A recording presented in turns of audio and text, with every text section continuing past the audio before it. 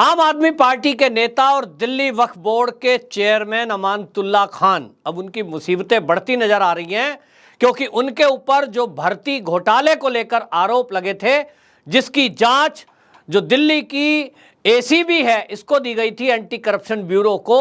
इस जांच में जो छापेमारी हुई थी, उस छापेमारी में जो ये अमानतुल्लाह खान के निकट सहयोगी हैं, उनके घरों से 12-12 लाख रुपए और कुछ हथियार मिले थे। अमानतुल्लाह खान की पत्नी के यहां से भी फोटोग्राफ मिले थे, और एक चादर थी, जिस चादर को बेड पे बिछाकर जो वो बिछी हुई थी उसके ऊपर नोटों की गड्डियां और हथियार रखे थे। जब छापा पड़ा तो ये हथियार और नोट वहां नहीं मिले। पुलिस का कहना है कि पुलिस की रेड की भनक लगने से, क्योंकि आपने देखा कि भीड़ ने जो एसीबी के अधिकारी थे उनको अमानतुल्लाह खान के घर में जाने से रोका था और धक्का मुक्की तक की गई थी। इसी में ये शायद योजना का एक हिस्सा होगा कि उनको धक्का मुक्की करें, रोकने की कोशिश करें, और इतने में वो हथियार और पैसा वहां से गायब कर दें। तो एसीबी के अधिकारी सारे मामले को लेकर अब अलग तरीके से जांच करने में लगे हुए हैं। उस पैसे का भी पता लगाएंगे और हथियार का भी। इसी कड़ी में अमानतुल्लाह खान के एक निकट सहयोगी, जो अमानतुल्लाह खान का कैश का लेन देन का काम करते हैं, उनको अमानतुल्लाह खान का मैनेजर भी कहा जाता है, बैगमैन के नाम से भी पुकारा जाता है, वो है कौशर आलम सिद्दीकी। कौशर आलम सिद्दीकी के घर से 12 लाख के करीब रुपए और अवैध असला मिला था। इसके बाद से जो कौशर आलम है, इसको दिल्ली पुलिस तलाश रही थी। कौशर आलम फरार थे, लेकिन उनकी लोकेशन तेलंगाना में मिली। जैसे ही पुलिस को तेलंगाना में इनकी लोकेशन मिली, यहाँ की स्पेशल सेल, ये जो एंटी करप्शन ब्यूरो के लोग हैं, वो जाकर के वहां से उनको गिरफ्तार कर लिया है। और ये जो आपको बताएं कौशर आलम है, इनके घर से एक लाल रंग की डायरी मिली थी। उस डायरी में कुछ एंट्रियां थी पैसे का लेन देन। उस पैसे के लेन देन में जिक्र है कि यूपी में कुछ पैसा दिया गया, बिहार में कुछ पैसा दिया गया, कुछ पैसा गुजरात में दिया गया।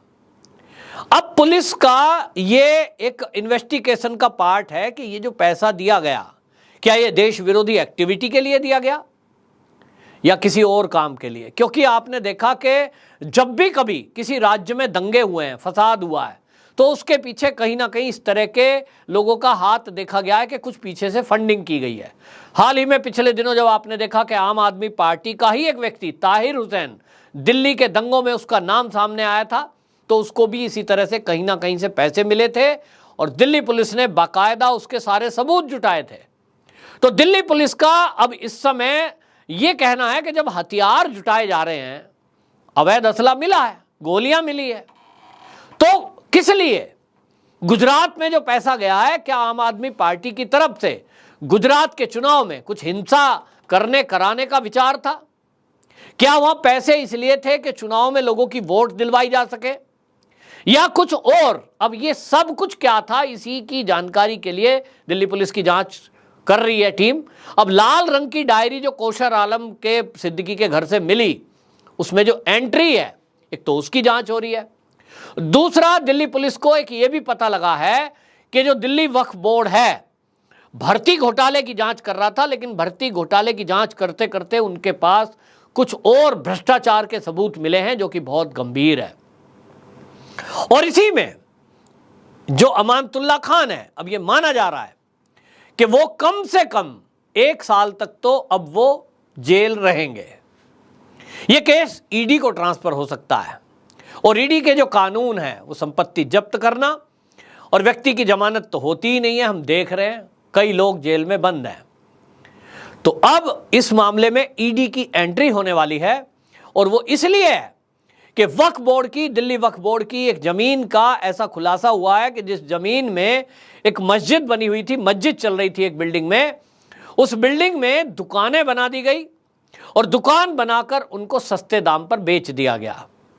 ये सस्ते दाम पर बेचने में घपला घोटाला ये हुआ है कि एक दुकान की कीमत प्राइम लोकेशन पर ऑन रोड 4 करोड़ रुपया बताई जा रही है, जितने साइज की दुकान है, मार्केट वैल्यू 4 करोड़, और जो उसको खरीद फरोख्त में पैसा दिखाया गया है वो कुछ लाखों में है। 10-20 लाख की दुकान वो दिखाकर उसकी रजिस्ट्री कर दी गई है।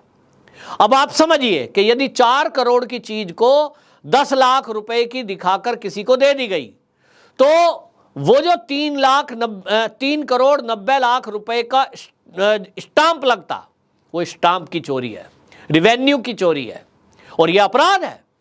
यह आर्थिक अपराध में आता है कि यदि कोई आपकी कीमत, जमीन की, प्लॉट की, दुकान की, मकान की कीमत 4 करोड़ है और आप उसको 10 लाख रुपए दिखाते हैं, तो आप स्टांप की चोरी कर रहे हैं। इसमें पेनल्टी भी है और संपत्ति भी जब्त हो सकती है। अब इस मामले में खुलासा हुआ है कि 4-4 करोड़ की दुकान, पहली बात तो मस्जिद थी, मस्जिद के लिए ही भाई ये जो वक्फ बोर्ड है, इसको जमीन कौन देता है? वो लोग देते हैं जिनकी इस्लाम में आस्था है, इस्लाम के मानने वाले हैं, और वो धर्म के नाम पर देते हैं, धर्म के काम के लिए, कि आप इस्लाम के बढ़ावे के लिए इसका इस्तेमाल कर सकते हैं, वहाँ मदरसा बना सकते हैं, मस्जिद बना सकते हैं। लेकिन अगर आप उसमें दुकान बना दें और दुकानों को ऊंची कीमत के बजाय थोड़े से पैसे लेकर बेच दें, तो दूसरा घोटाला यह है, लोगों का कहना यह है कि इस मामले में जब 4 करोड़ की दुकान का 10 लाख दिखाया है, बाकी का जो 3 करोड़ 90 लाख है वो कैश में ले लिया है, क्योंकि ऑन पेपर चेक के जरिए तो 10 लाख गए, और ये जो कैश में ले लिया गया पैसा है, यही 2 नंबर का पैसा है। ये किसकी जेब में गया? वक्फ बोर्ड के जो लोग हैं उनकी जेब में गया। निश्चित रूप से अमानतुल्लाह खान उसके हेड है, तो इनको भी कितना पैसा मिला, ये ईडी की जांच का एक एंगल होगा। और इसीलिए कहा जा रहा है कि घपला घोटाला बहुत बड़ा है। अपने आप को कट्टर ईमानदार पार्टी कहने वाली पार्टी आज घिर गई है, लेकिन सवालों के जवाब देने के बजाय ये कहना कि केंद्र हमें फंसा रहा है, हमारे तो जो है हमसे डर गया है मोदी। भाई गजब बात है। केजरीवाल जी गुजरात के अंदर कह रहे हैं कि आम आदमी पार्टी के और कार्यकर्ताओं को जेल में डाला जा सकता है, सब लोग तैयार रहें, 3 महीने के लिए तैयार रहें। ऐसा कहता है कोई? अगर कोई जेल में जा रहा है तो क्या ये देश की आजादी की लड़ाई लड़ने के बाद जेल में जा रहे हैं? क्या कोई इन्होंने जनहित का आंदोलन किया है कि साहब जनता की आवाज उठा रहे थे और उस आवाज के उठाने में उनको जेल हो गई है? प्रदर्शन कर रहे थे साहब केंद्र के खिलाफ कि साहब गरीबों को उन स्कूल दो, अस्पताल दो, दे नहीं रहे थे, आंदोलन की वजह से उठा के जेल में डाल दिया है। ये तो बड़ाई की बात है। देश की आज़ादी में, स्वतंत्रता के आंदोलन में बहुत लोग गए, वो लिखते हैं स्वतंत्रता सेनानी, लेकिन उसके अलावा कोई देश का लूटे, देश को लूटे, भ्रष्टाचार करे, अपराध करे और तब जेल जाए और कहे हम जेल जाने से नहीं डरते हैं। अरे भैया, कौन नहीं डरता है? मैं तो पुलिस से डरता हूं।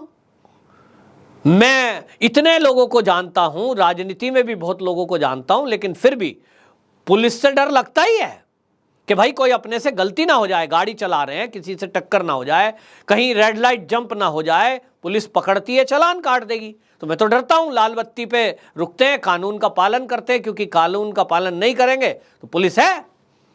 लेकिन पुलिस से कौन नहीं डरता? तो मैंने देखा है कई ऐसे बड़े बड़े बदमाश हैं जो कहते हैं हम पुलिस से नहीं डरते, अपराध करेंगे, लेकिन पता है उन्हें भी जेल जाते हैं। तो बड़े बड़े अपराधी अब उत्तर प्रदेश में देख रहा हूं, ये कहते हैं भाई पुलिस से डर लगता है। लोग तख्ती लटका के थाने पहुंच जाते हैं, भैया गिरफ्तार कर लो, हमें डर लगता है, पुलिस गोली मार देगी। लेकिन ये नेताओं की बात समझ नहीं आती। ये नेता कहते हैं हमें सीबीआई से डर नहीं लगता, हमें ईडी से डर नहीं लगता।